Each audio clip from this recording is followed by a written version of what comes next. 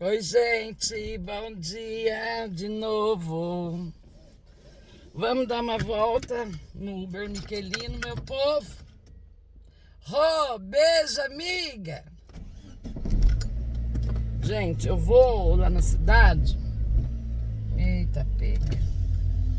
Eu vou lá na cidade porque vou no mercado fazer umas comprinhas de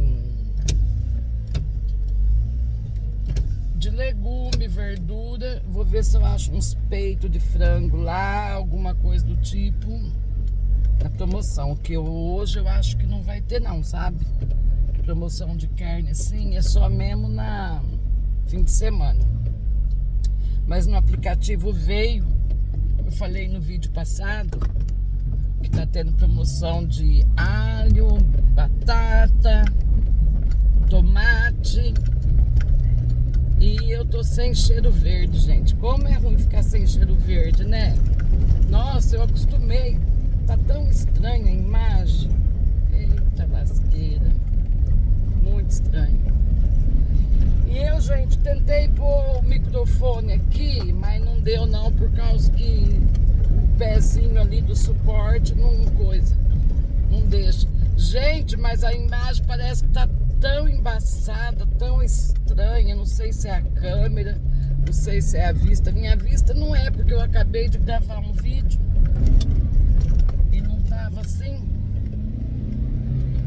Então vamos lá, né, gente? Eu queria, a princípio, gastar R$50. Nossa, olha como que tá essa imagem. Eita, pega. Eu queria gastar R$50, mas daí eu ia comprar só batata, umas coisas assim que eu tô precisando. Vamos ver quanto que eu vou gastar então, né? E aí depois eu mostro pra vocês. Eu também vou aproveitar, ó. Vou passar no assistente social. Não é assistente, como é que chama? Promoção social. Porque eu tô fazendo a matrícula da Heloíse. Pra quem não sabe, a Heloíse é minha neta. Gente, vocês desculpem a imagem embaçada assim, meu povo. E depois vocês me falam se tá embaçada pra vocês também ou se é só aqui pra mim. Às vezes é sujeira na lente, mas eu acho que tá embaçada mesmo. Se tiver embaçada, é que na hora de eu tentar parear o microfone, eu devo ter apertado alguma coisa aí. Agora, para descobrir o que é que é aquelas, né? Então, eu vou passar ali na promoção social, que eu tô fazendo a inscrição da Heloíse do projeto Jovens Aprendiz. Só que eu já sei que essa hora aqui o moço que cuida dessa parte já foi almoçar. Então eu falei pra Elo que eu não prometo. Por quê? Porque eu vou no mercado, na volta dá certo, ele já vai estar ali. Só que eu falei pra Heloíse que pra eu parar lá, só se eu tiver disposta. Porque eu vou no mercado ou em qualquer lugar da cidade, me cansa, gente. Vou passar na prefeitura também. E por aí vai, né, gente? Eu tinha uma coisa pra perguntar aí pra vocês, mas agora eu não tô lembrando. Eu vou ver se eu consigo passar no Júnior pra ver se ele tem das bonequinhas que eu falei numa live ontem, que eu ia pelo menos mostrar uma bonequinha, né, pra vocês. Gente, não tem como eu fazer a bonequinha, sabe por quê? O enchimento dessa bonequinha, quando eu fabricava, eu comprava na fiação. É tipo um feltro, sabe? Um algodão, mas que não é algodão, é mais leve que algodão. Não dá pra ser algodão. E eu comprava de saco, esses bags que eu uso para vender sucata, era naquilo que era vendido. E, gente, eu não tenho ideia da onde tem. Eu não tenho ideia mais. Posso perguntar pro Júnior, mas o Júnior não vai saber, porque o Júnior, na verdade, ele não monta boneca. Ele pega de quem monta e revende. Eu não tenho ideia, gente, de quem ainda fabrica essa boneca, que as pessoas da minha época, daquele tempo, todas pararam. Inclusive minha amiga Ivone, que eu sempre falo da Ivone, do Dorfo, né? A Ivone também fabricava, ela também parou. Todo mundo quebrou com as bonequinhas naquela época, gente. Foi uma quebradeira só. Eu quero quem de vocês lembra dessa situação que o Brasil passou, gente. Foi por volta de 1995, 96, foi por aí assim. Foi na época do RV pro real. Quem de vocês lembra? E se tem alguém de vocês aí que sofreu também nessa época? Gente, na época, lá vem história, meu povo. Eita pega. Na época, eu pagava aluguel, sabe? Nossa, a imagem tá me irritando tanto. Gente do céu. Deixa eu baixar aqui pra ver como é que fica. Na época eu pagava aluguel e eu tava vendo que eu não ia dar mais conta de pagar aluguel, gente. Gente, mas foi um Deus nos acuda, sabe? E foi justamente nessa crise que eu comecei a vender bonequinha pra fora, porque eu vendia aqui na cidade, os compradores vinham comprar aqui. E aí, como voltou, aqui tem um brechó, gente, só de roupa chique. E aí, como voltou o cheque, voltou tudo, né, gente? Voltou tudo. Gente, pra vocês terem ideia, na época eu tava pagando consórcio de uma moto zero, obviamente, né? Bom, obviamente não sei, né, gente? Porque eu não sei se tem consórcio de moto usada. Mas era de uma moto zero. E saiu pra mim, mas já tinha saído, eu não peguei não. Só que eu tinha terminado de pagar o consórcio, sabe?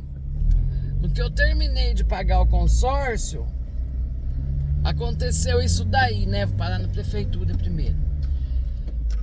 Eu peguei a moto, do jeito que eu peguei a moto, gente, eu fui numa loja que existia aqui em Pedreira, eu peguei a moto e já vendi a moto para cobrir os cheques, sabe? Foi uma coisa assim, absurda mesmo.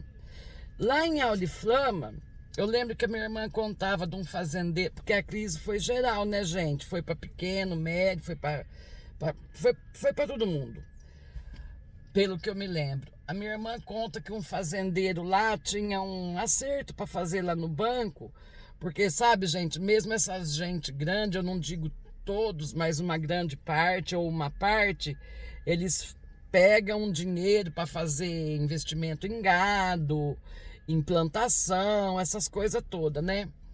E a Irene falou, minha irmã lá de Auriflama, falou que tinha um fazendeiro lá que ele ficou tão de saco cheio, mas tão de saco cheio, que o gerente do banco começou a cobrar ele. Ele pegou e foi lá no banco e falou assim, ó, se você me tormentar mais uma vez, eu vou pegar minha boiada e vou soltar aqui dentro. Porque era uma época, gente, que ninguém vendia nada. Parou tudo, ninguém vendia nada. Eu tinha uma mulher que, obviamente, eu não vou falar o nome dela, era uma japonesa, ela morava em Cianorte. E eu, gente, eu fui lá porque ela comprava demais. Era muito dinheiro que eu tinha com ela. Então eu cheguei lá, eu fui descobrir a casa dela, que eu pesquisei, eu vi que Cianorte não era uma cidade pequena, Cianorte, Paraná, tá? Eu aproveitei, lotei meu carro de peça para aproveitar vender, porque foi aí, gente, que eu saí vender boneca por esse mundo afora aí, né? Aí fui parar lá em Cianorte, achei a casa dela, tudo.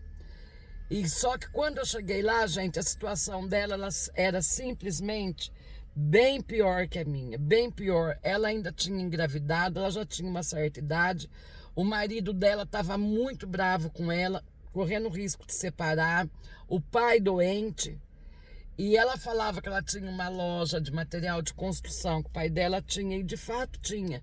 Só que eu cheguei lá, essa loja estava fechada. Gente, a situação da mulher estava triste. Aí, porque eu cheguei disposta, quando eu saí daqui, eu falei assim, eu vou lá e vou receber. De um jeito ou de outro, eu vou trazer televisão, eu vou trazer o que for, mas eu vou receber. Eu faço rifa, eu trago aparelho de som, eu vou receber. Só que quando eu cheguei lá, gente, que a mulher mostrou e falou a situação dela pra mim, Eu juro pra vocês, eu não tive coragem de fazer nada, eu não trouxe nada dela. Ela falou se eu queria trazer televisão, mas não tive coragem. Aí ela fazia umas mercadorias, se a minha irmã vê esse vídeo, ou alguém de Oriflama vai lembrar. Ela fazia uns patos de enfeite. E não só pato, mas umas peças de cerâmica de enfeite. E também ela fazia lembrancinha para aniversário, para casamento. Gente, ela me deu um caixote, sabe? Enorme, assim, cheio daquelas lembrancinhas de casamento. E me deu também um monte desses patos que coube lá no carro, eu trouxe. Aí essas lembrancinhas eu vendi tudo, os patos eu vendi tudo aqueles enfeites, pato, sapo, um monte de coisa, eu vendi tudo. Mas óbvio, né, gente, era muito dinheiro que ela me devia. Gente, eu tenho um vídeo aí que eu conto como eu paguei as dívidas. Eu tenho até hoje os cheques, só que eu não sei onde eles estão. Eu só guardei, gente, eu não sei nem por que eu guardei, talvez porque faz parte da minha história. Mas eu pus num lugar que eu não veja, ele deve estar dentro de algum envelope, alguma pasta lá e deve estar escrito. Porque ficar olhando e relembrando essas coisas não faz bem pra gente. Só que é uma coisa que eu superei numa boa, é que faz parte da minha história e eu sempre falo parte aqui da minha história, então essa é mais um episódio aí, né? Para quem ainda não conhece. E esse vídeo vai para a playlist Minha História, então não vai para o vídeo de compra, porque já está com 11 minutos. Mas eu sei, gente, que quando eu cheguei em casa, resumindo para vocês, quando eu cheguei em casa, eu dobrei meu joelho, eu era da Igreja Adventista da Promessa na época. Eu dobrei meu joelho, orei a Deus, pedi, clamei e falei para ele assim, que se ele permitisse, se ele ajudasse, que até o fim daquele ano, eu pagasse todas as minhas dívidas, porque eu fiquei devendo, claro, né, gente? Eu não cobraria mais ela, não ia atrás de mais ninguém. Gente, naquela época, eu acho que não vai ter problema, eu não vou falar totalmente, mas tinha um pesqueiro que ele tinha um programa de televisão, para vocês terem ideia. Deixa eu dar um passinho para dentro aqui, à frente. Oi. Eu acho que o cara tá com dificuldade. E aí, gente, era um pesqueiro famoso que passava na televisão. Gente, até cheque desse pesqueiro de R$ 58 na época voltou sem fundo. Eu viajei para aqueles lados lá, Paraná, Mato Grosso, Fundão de São Paulo, de São José do Rio Preto, para Auriflama, toda aquela região toda lá. Eu fazia todas as cidades. Lógico que no início, depois você vai peneirando, eu fiquei com algumas cidades, mas eu ia para lá 3, 4 vezes por ano. E foi viajando para lá que eu paguei todo mundo e comprei o meio lote, onde é minha casa. Comprei o meio lote e construí a minha casinha. Foi assim, gente, que eu consegui sair das dívidas. Eu tinha um verdadeiro desespero, mas eu consegui. Foi assim. Eita, época difícil, viu, gente? Será que vocês lembram? Alguém de vocês lembra dessa época? Alguém passou esse perrengue também? Porque eu passei, hein? E é o tal negócio, na época eu não perdi nada, que nem nessa pandemia eu vendi minhas vans, né? Naquela época eu não tinha o que vender, eu não tinha nada. Tá certo, eu tinha acabado de pagar a moto, vendi para pagar essas contas aí. As contas mesmo, no meu nome mesmo, gente, nem tinha. Eu trocava cheque e atrás do cheque dos clientes que eu trocava, estava escrito Roseli. Eu comprava as pecinhas e atrás das pecinhas, eu comprava pecinha e pagava com cheque predatado.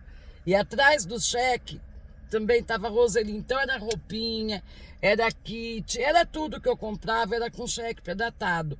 Então a partir do momento que o cheque voltava e estava no meu nome, atrás, a responsabilidade era minha, né, gente? Então eu tinha que pagar.